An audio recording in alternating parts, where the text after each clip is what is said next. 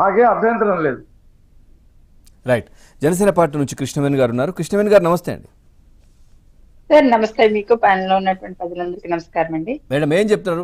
ప్రజా దర్బార్లోనైతే వినతులు చాలా వస్తూ ఉన్నాయి. ఇటు పవన్ కళ్యాణ్ గారికి అంటే వారికి వ్యక్తిగతంగా వచ్చి వాళ్ళతో మాట్లాడి ఇవ్వడం కావచ్చు, లేదంటే ఇటు బీజేపీకి సంబంధించి కావచ్చు, ఇట్లా రాష్ట్రంలో గత ప్రభుత్వ హయాంలో జరిగినటువంటి అన్యాయాలు కావచ్చు, కబ్జాలు కావచ్చు, అన్నీ వస్తూ ఉన్నాయి. ముఖ్యంగా ఇప్పుడు పెద్దిరెడ్డి గురించి మనం మాట్లాడుకుంటా ఉన్నాం.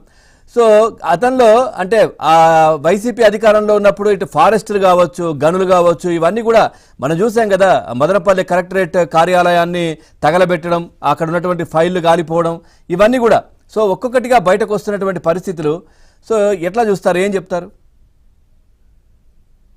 సార్ ముఖ్యంగా కూటమి ప్రభుత్వం దగ్గరికి వైసీపీ చేసినటువంటి అరాచకాలన్నీ కూడా కోకొల్లలుగా వస్తూ ఉన్నాయండి. మా అధినేత పవన్ కళ్యాణ్ గారు నిర్వహించేటువంటి ప్రజావాణిలో కావచ్చు, అలాగే లోకేష్ గారు ఈ రోజుకి 50 రోజులు పూర్తి చేసుకుంటున్నటువంటి శుభ సందర్భంలో అనేక సమస్యలు ఆయన లోకేష్ గారి దృష్టికి కూడా రావడం, ఇవాళ పెద్దిరెడ్డి రామచంద్రారెడ్డి గారి లాంటి వ్యక్తిని అంటే ఒక డాన్ గా చెప్పుకుంటారు, ఒక స్మగ్లర్ గా చెప్పుకుంటారు పెద్దిరెడ్డి రామచంద్రారెడ్డి అంటే.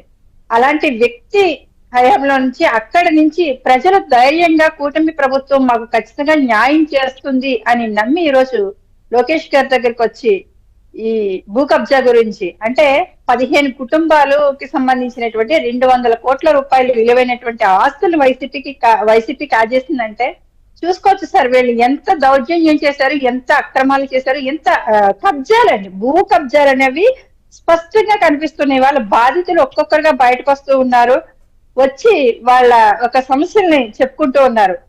కాకినాడ లాంటి ప్రాంతంలో కూడా చూడొచ్చండి. ఇక్కడ భీమస్ రెడ్డి అనేటువంటి వ్యక్తి ఎలా ఇక్కడ చర్చి దగ్గర వారాహి కాలనీ అని వాళ్ళ అది విడిపించి ఆయా బాధితులకి, ఆయా లబ్ధిదారులకి అప్పచెప్పడం జరిగింది ఇక్కడ ఎంపీ గారు, అలాగే ఈ రూరల్ ఎమ్మెల్యే గారు కూడా. కానీ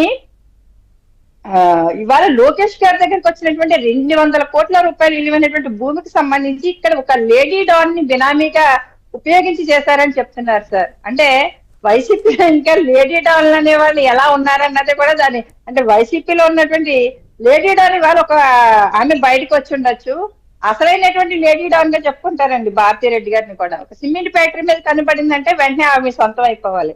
అదే జగన్మోహన్ రెడ్డి గారికి అయితే చెప్పుకోవచ్చు అండి, మన కాకినాడ పోర్టు గురించి కూడా చెప్పుకోవచ్చు. కేవీ రావు గారు చెప్పారు కాబట్టి. మరి గతంలో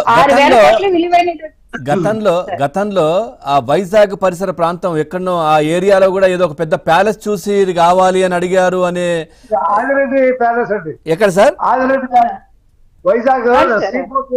వైజాగ్ సీ దగ్గరలో ఆదిరెడ్డి ప్యాలెస్ అని బ్రహ్మాండంగా మైసూర్ ప్యాలెస్ లా ఉంటుంది, అది కావాలని చెప్పి అడిగిందామా? ఏదో వార్త అయితే వచ్చింది, ఇది నాకు కావాలి, ఇది నాకు కావాలి అంటే వాళ్ళు అమ్మనన్నారు, కానీ మాకు కావాలి. సార్ పూర్వకాలంలో మనం రాజుల కథలు వింటూ ఉంటామండి. అంటే భార్య రాణి గారు ఏమన్నా కోరితే మొత్తం అంతా కూడా కొండమే కోతులనే తీసుకొచ్చి ఇచ్చేవారు రాజుగారు అని చెప్తూ ఉంటారు. కొండనే ఇచ్చారు కదా, కొండనే ఇచ్చారు కదా, రిషికొండ. అదే సార్, అదే రిషికొండకి ఓడుకుని కొట్టించినటువంటి వ్యక్తి జగన్మోహన్ రెడ్డి గారు. ఇంకా ఇలాంటి లేడీ డాన్లు పుట్టుకురావడంలో వైసీపీ హయాంలో ఎలాగ పుట్టగొడుగులకు పుట్టుకొచ్చారు, ఇవాళంటే ఒక వ్యక్తి అంటే బయటకు వచ్చింది, పేరంటే బయటకు వచ్చింది తప్ప వైసీపీ ఉన్నటువంటి లేడీ డాన్లు కూడా ఎలాంటి వ్యవహారాలు చేశారన్నది కూడా ప్రజలకు కూడా తెలుస్తారు. వాళ్ళ నుంచి కూడా ఇవాళ చాలా మంది బాధితులైన వాళ్ళందరూ కూడా బయటకు వస్తారు. కూటమి ప్రభుత్వానికి ప్రతి విషయంలోని కూడా తీసుకుని వస్తున్నారు సార్. అంటే కూటమి ప్రభుత్వం మీద ప్రజలకు ఒక నమ్మకం కలిగించారు. ఇవాళ బెయిల్ పిటిషన్ కూడా తోసిపుచ్చడం అనేది కూడా కోర్టుల్లో కూడా కొన్ని విషయాల్లో ముందస్తు బెయిల్ అంటే ఈ స్మగ్లర్లకి, డాన్లకి, కబ్జాదారులకి వీళ్ళకి ముందస్తు బెయిల్ ఏంటి సార్? ఏమైనా దేశం కోసం పోరాటాలు చేశారా? గాంధీ మహాత్ములు లాంటి వ్యక్తులే జైల్లోకి వెళ్ళి మగ్గిపోయి వచ్చినటువంటి పరిస్థితి. ముందస్తు బెయిల్ అనేది పక్కన పెట్టండి, ఇంకా వాళ్ళు అడిగే వాళ్ళ కోరికలు ఏంటంటే మళ్ళీ నా మీద కేసులు పెట్టకుండా చేయండి, మళ్ళీ నా పైన కేసులు పెట్టొద్దు, అట్లాంటి ఆర్డర్స్ ఇవ్వండి.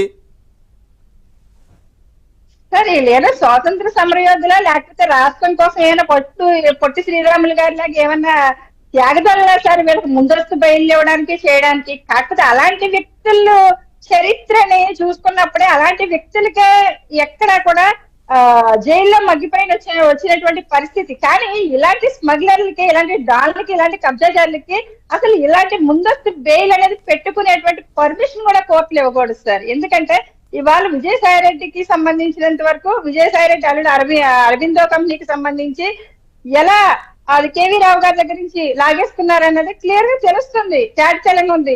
జగన్మోహన్ రెడ్డి గారి బినామీ ద్వారంపూడి చంద్రశేఖర్ రెడ్డి బినామీ అలీషా అగర్వాల్, ఇంకా చాలా మంది బినామీలు బయటకు రాబోతున్నారు. వస్తున్నప్పుడు వీళ్ళందరినీ బయటికి వీరభద్రారెడ్డి దగ్గర